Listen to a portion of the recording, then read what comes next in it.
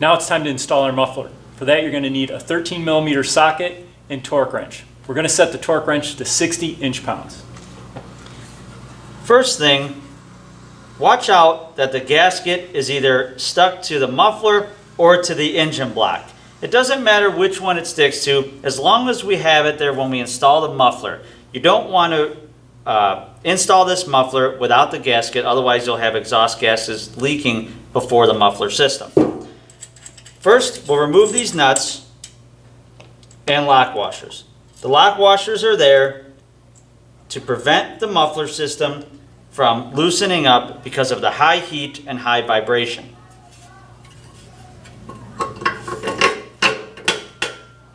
Reinstall your lock washer and then reinstall the nuts.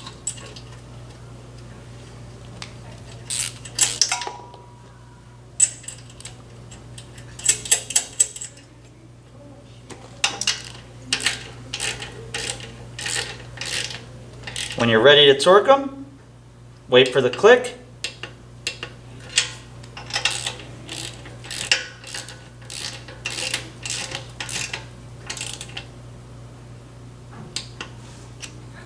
And you're all set. Okay, time to get your muffler and get to work.